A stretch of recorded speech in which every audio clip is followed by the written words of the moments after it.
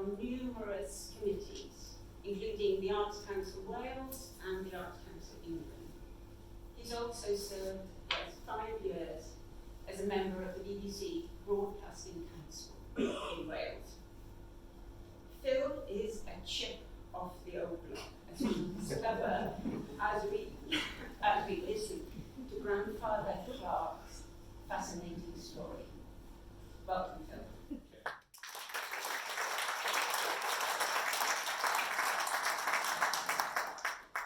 It's the old bit.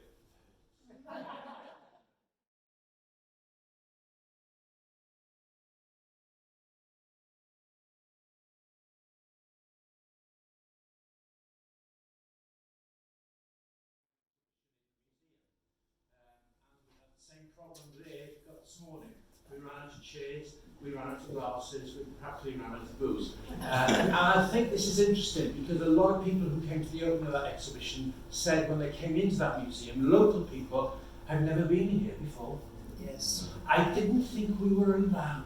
Yeah. Isn't that interesting? Yeah, isn't that interesting? So welcome, you are allowed, yes, and it's really good to see you. So there he is. John Clark, bit of a dandy. Photograph taken by him, yes, in his studio in 13 High Street. So, born 1881. Now this is where the first lie comes in. True Breconian, sorry he was born in Lions Hall. So I'm stretching it a little bit. However, one of 9 children, yes, that we know. I just took it to show you, and I said, is it 8 or 10? And I said, I'm sure it says 9, but is that one we didn't know about? We found out, yes. So we know that there are 9. Yes, and at 10, he moves to Panoia, where his father is the head gardener. Okay, so yeah, here we go. This is a family photo. Yes, and there's the cottage in Panoia. Yeah, no longer there. Yeah, we knocked down. So there was 11 of them living in there. Yeah, amazing. So, and he did work with his father for a little bit, for about 5 years, and then the Panoia was owned then by Mrs. McClintock, yeah, the McClintock family. Now they were posh people from London who came down for the season, yes, in the summer, yeah. So they came down for the season. And Mr. Cleasby was also one of the owners of it, and it is Mr. Cleasby who introduced Grandpa to photography. So he went to Battle School and Aberystwyth School, and he worked with his father, as I say, for 5 years. That's where he meets Ethel, his wife. Ethel Bell has come down with the McClintocks as a chambermaid, yes? So she's there for the season. It's a bit saucy here. Yeah, so he ends up having to marry England Bell. Oh, we don't talk about that. So he marries Ethel, and she's then pregnant with my father's sister, Vera, and they married in 1914. Now, he doesn't go to war because he is running a business in Castle Street, and they agreed that if he went to war, the business would not survive. So he was essential work. So he didn't go to war. Yeah. So he rents a property in Castle Street. Okay. But this is what gets interesting. Where am I? I'm on 3. And I'm going to go there. Okay. So, here he is, Jack Clark, the ventriloquist. Where did that come from? So, what does he do? He goes every year to the Isle of Man, works in the Isle of Man, and he takes people's photos as you come down onto the beach. Then he would go back and develop the photos somewhere in the Isle of Man. Then he would go onto the beach and do his Punch and Judy show.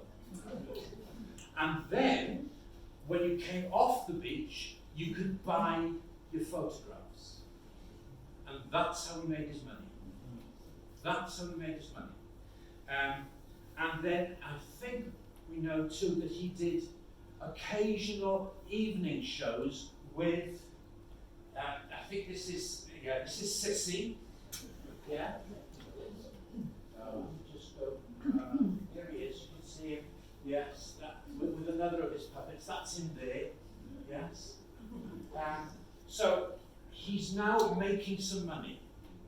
Yes? And he moves from Castle Street to High Street, 13 High Street. Yes? He's also, in those summers, doing journeys to Weston-super-Mare, Bury in Lancaster, and around Scotland. He does also go to Liverpool as a steward on ships to London, and I think he did shows on some of those ships as well. Yeah. But eventually, he's on the High Street, in the shop that's still there, which is now the gift shop next to the toy shop. Yeah. And he becomes an official photographer. And also he becomes like official photographer, not him. He becomes the official photographer for Christ College, yes, Llandovery College and Lampeter College. Okay?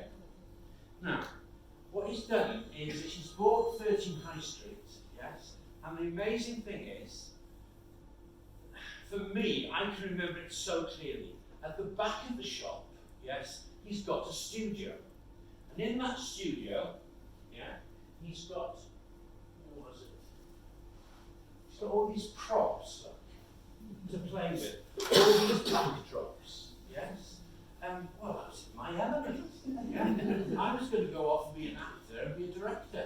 Well, I was brought up in that culture with him, yes. You play with all the gadgets. He had the pedestal for the men to lean on, yes, and the big wicker basket chairs for the women to sit in. I mean, it was an amazing place to be. You know, I didn't need a playground. My grandfather's studio was so wonderful.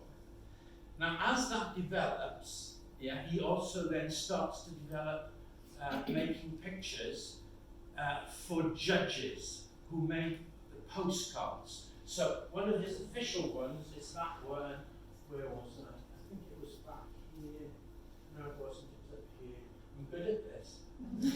There, yeah? The six, yes? And he took photos, and judges published those postcards.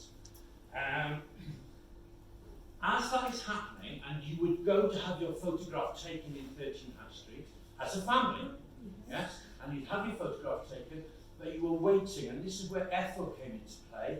She started selling, while you were waiting, little bits of Basil and Bond writing paper and little gadgets for the kids to play with to keep them amused.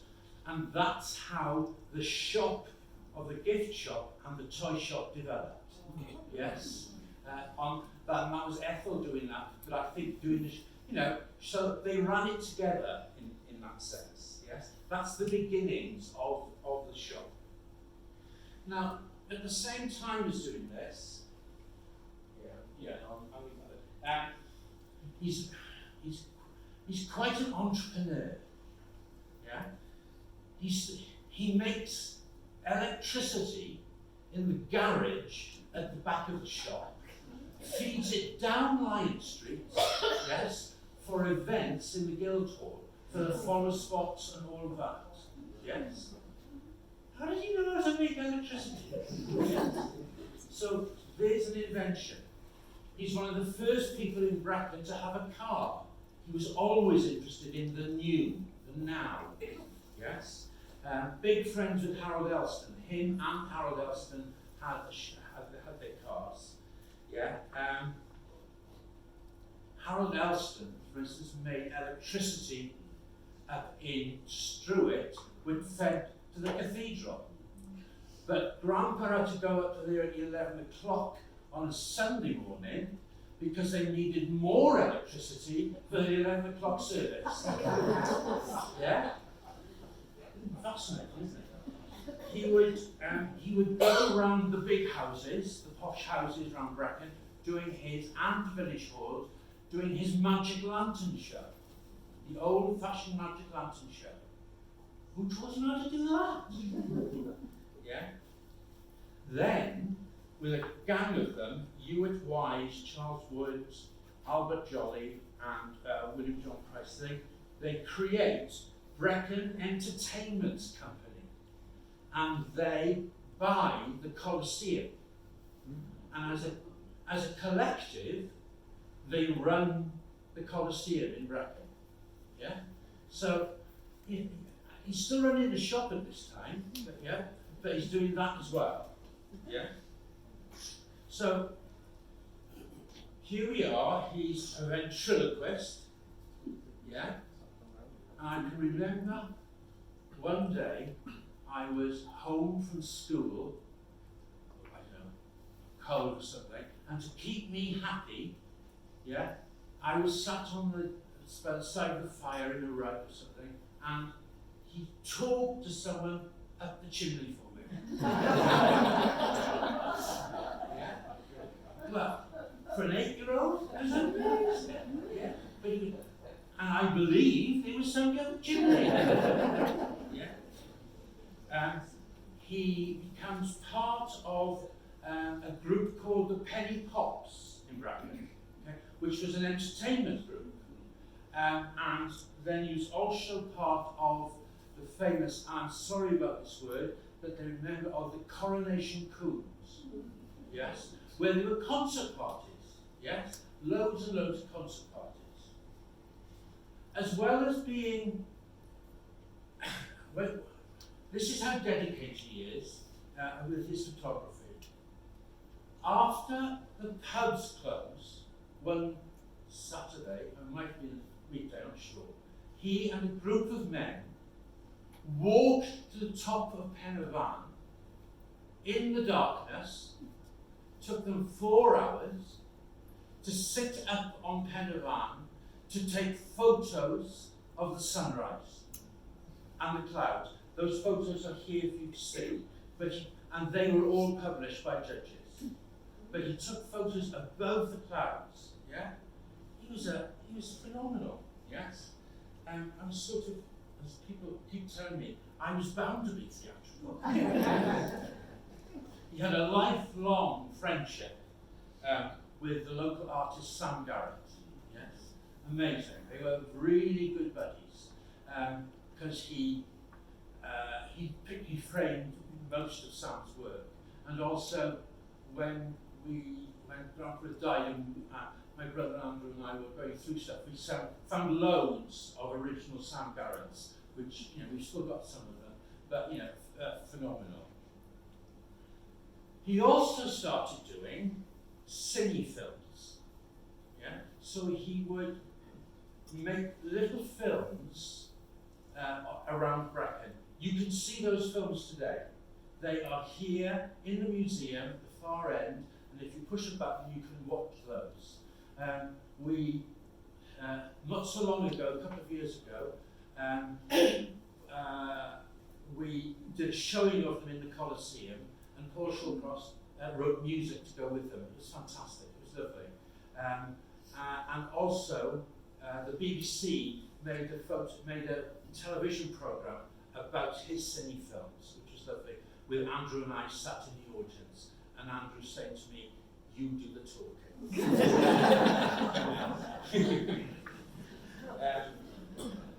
So we have, as Beryl said, we have given all his cameras and a lot of his pictures all to the museum, and and they are priceless. They really are. So Vernon, my father, his son,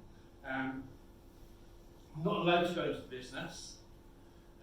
He had to go out into the world. So he worked as a mechanic in Elstons, and he did the battery van for Elstons.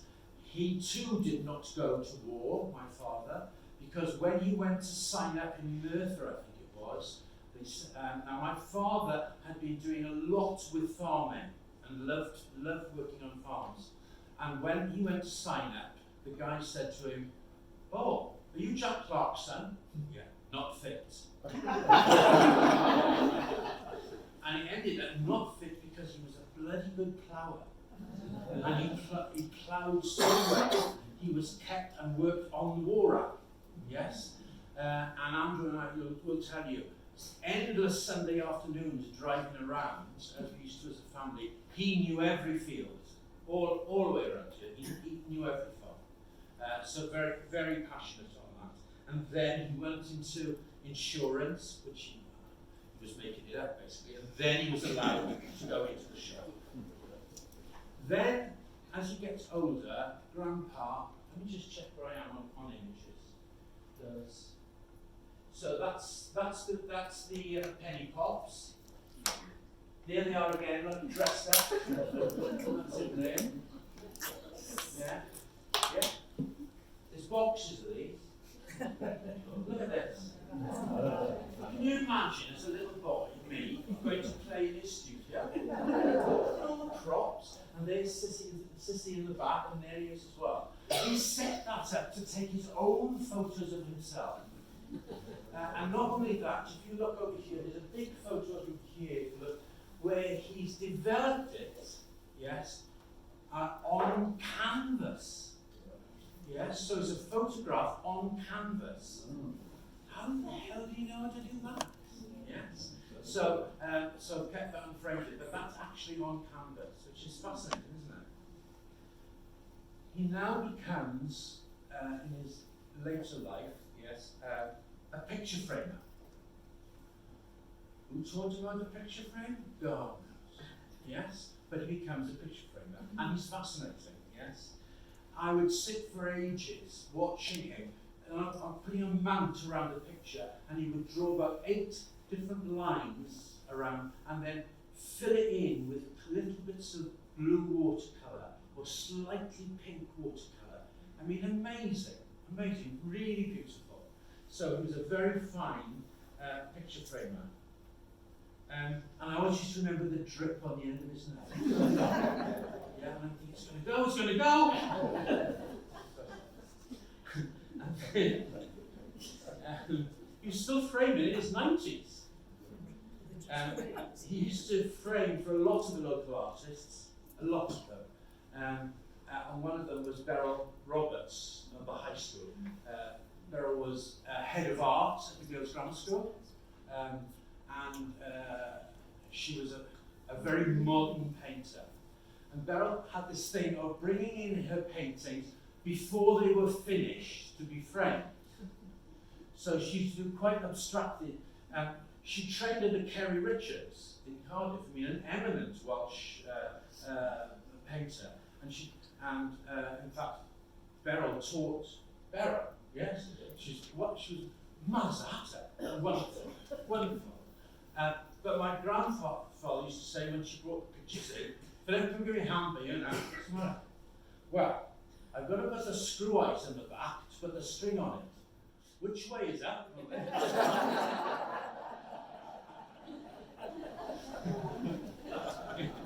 Classic, yeah, classic. Now every night he used to go for a walk along here, Captain's Walks, and he was known, because he used to tap everything, tap, with his walking stick, which is here, yes. And he used to always go for a walk every night, tap. You could hear Jack Clark coming. He also had with that tinting thing, he used to hand tint his black and white photos with watercolours. And there's one of them on here, you need to see it close up really. Yeah. But it's on there, but it's slightly hand tinted, very, very delicately. of a photo. And that's a photo from Breconian. Yeah? So we had the anniversary, after he died, of course, we had the anniversary of his shop. Have a look at the artifacts which are here. There's the hand-tinted ones, there's the self-portrait on canvas, his walking stick, there's the photos of the sunrise, and there's a photo of him on his 90th birthday, which went into the Breconian Rana. Yes, and there's a 100th anniversary card, and there's judges' postcards here as well. So, that being said, let me just check where I am on these. So that is a Christ College, yes, because he was official photographer for Christ College. There he is again. The plinth, look. Only for the men. Yes, men did the plinth, lovely. There he is again. So, that's his life. The question you have to ask yourself, if you put this, is why I say he's a true Breconian. He's absolutely part of the community. Yes? He's working with other members of the community. It is a shared ideology in a small market town. Yeah? And it's really important. And I think we have to ask those questions, like, who taught him to take photographs and develop them? Yeah? Who taught him how to make a magic lantern? Who taught him to be a ventriloquist? Who taught him to make electricity? Who taught him to picture frame? He did. Yes? He didn't go to college. He left school as a very young man. And I think that's really interesting. It's that concept that we talk about now of lifelong learning. You never stop learning. Yes? You don't finish learning when you finish college or school. You're continuing, and that's what he did. He was passionate about learning. He was also passionate for the new, the motor car. Yeah? How often, Andrew, have you and I sat down watching the Severn Bridge being built on a Sunday? Yeah? The excitement of another piece going into the Severn. He wanted to be there. He wanted to be part of, well, a changing environment. Don't forget, a lot of those things are rebuilding a community after the devastation of war. Yeah? Building back together, yes, and working as a team, running the Colosseum as a team. Yeah? It seems to me that there was nothing about being competitive. Yeah? It was about sharing. It was not about it's not about elitism, not about somebody knowing better than you. It was actually a shared learning. And that's what amazed me. And that's sort of what influenced me. Because, you know, I went to school, I failed 11 plus. I went to the secondary modern. I have to say, it was the best thing I ever did.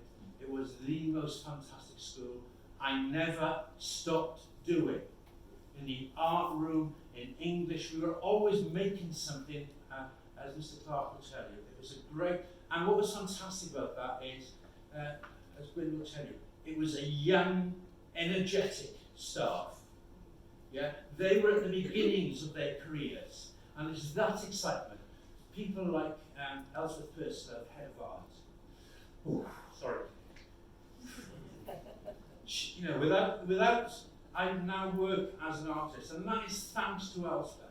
Yeah, but the investment in people, investment in children, in child-centered learning. That's what it was about. It wasn't about exams. Yeah, it was about the wholeness of a human being, and that's what all those staff did. And it was a joy to be educated in that school, an absolute joy. And I thank, I celebrate that secondary one and what they did for me. And I find a lot of similarities in that with my grandfather. Yeah, and that is what is fantastic. So, there he is, Jack Clark. I mean, he's rather beautiful, yes, and you know he has taken that, and that's how he made his living, yes, as a man dedicated to his community. What date was he born, Philip? Born 1881. 1881. So you've got a photograph there which he framed for me in 1966. Yes. Yeah. So he was getting on a bit then? Oh yeah. But he's, you know, his own little stickers made going back. He framed it 66 up. He never stopped, and that was 1966. No, he was framing. He was riding a bike up to about 90, wasn't he? Yeah, he never stopped. Yeah, he was fantastic. So, what year did he die? good question. 70. What year did he die? Head of statistics. 75. 75. At the age of 94. So, that's him. Yes. I believe society will be better if we had more of those people, yes, and we celebrate lifelong learning as much as we possibly can, yes. It's not about being anything else than enjoying living in your community, and what he did, giving back. You didn't have to watch it back in those days. No.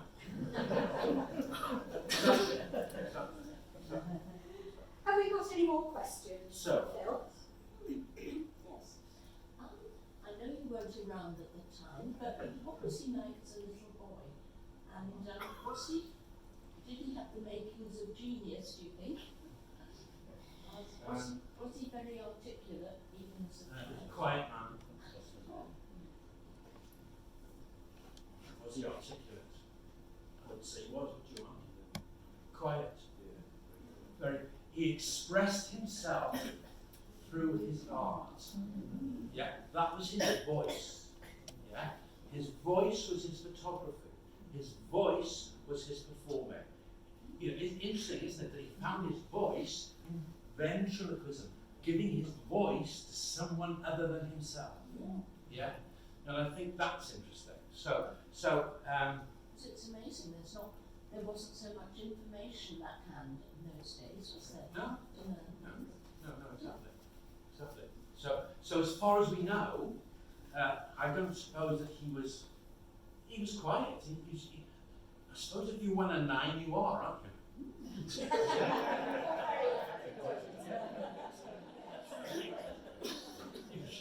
Sort of works that way, doesn't it? Your father go to war. How did he get out of conscription? Because he had his own business in Castle Street, and without him, the business couldn't run. So he was essential to the running of the business. What? Yes, Sam. Yes, but it was a one-man job. Yeah, but he was a one-man band. Yeah, so if he'd gone to war, the business would have collapsed. I didn't realise that was a criteria for getting out of it. Yeah. He had 3 months. He had to apply every 3 months. Yeah, you had to apply every 3 months to We got the paper setting of it from the Breconian and leave it. Yeah. Yeah, so some people Yeah. got paper setting of it. And Jackson was the other photographer in Brecon, and he was also exempt. Yeah. As one number.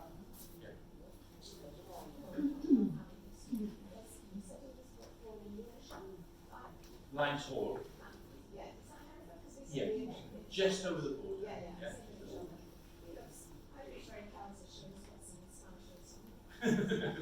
Don't go there.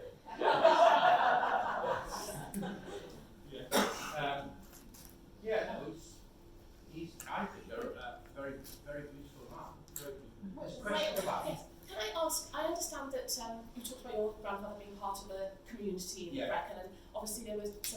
significant events over the years, and he was taking photos. I understand he took photos of the recovery of Tommy Jones's body from, and I wondered if you ever spoke about that, and if, because it was such a, I know, sort of all-consuming, you know, for the town at the time in 1900, and I wondered if there were any other big events in Brecon that he particularly... Never heard him talk about it, but he did take the photograph of the stones, yes, which was made possible through judges. So there's a photograph of Tommy Jones's stone on the But I video. think, did he not take the photo of them bringing, you know, when they were recovering the When they body were as well? recovering the body, I'm not sure. I don't know about There's it. a, there's an, yeah. No, don't know. Yes. Where is his wife from? Ethel, East Grinstead, and she'd gone into service. Yeah.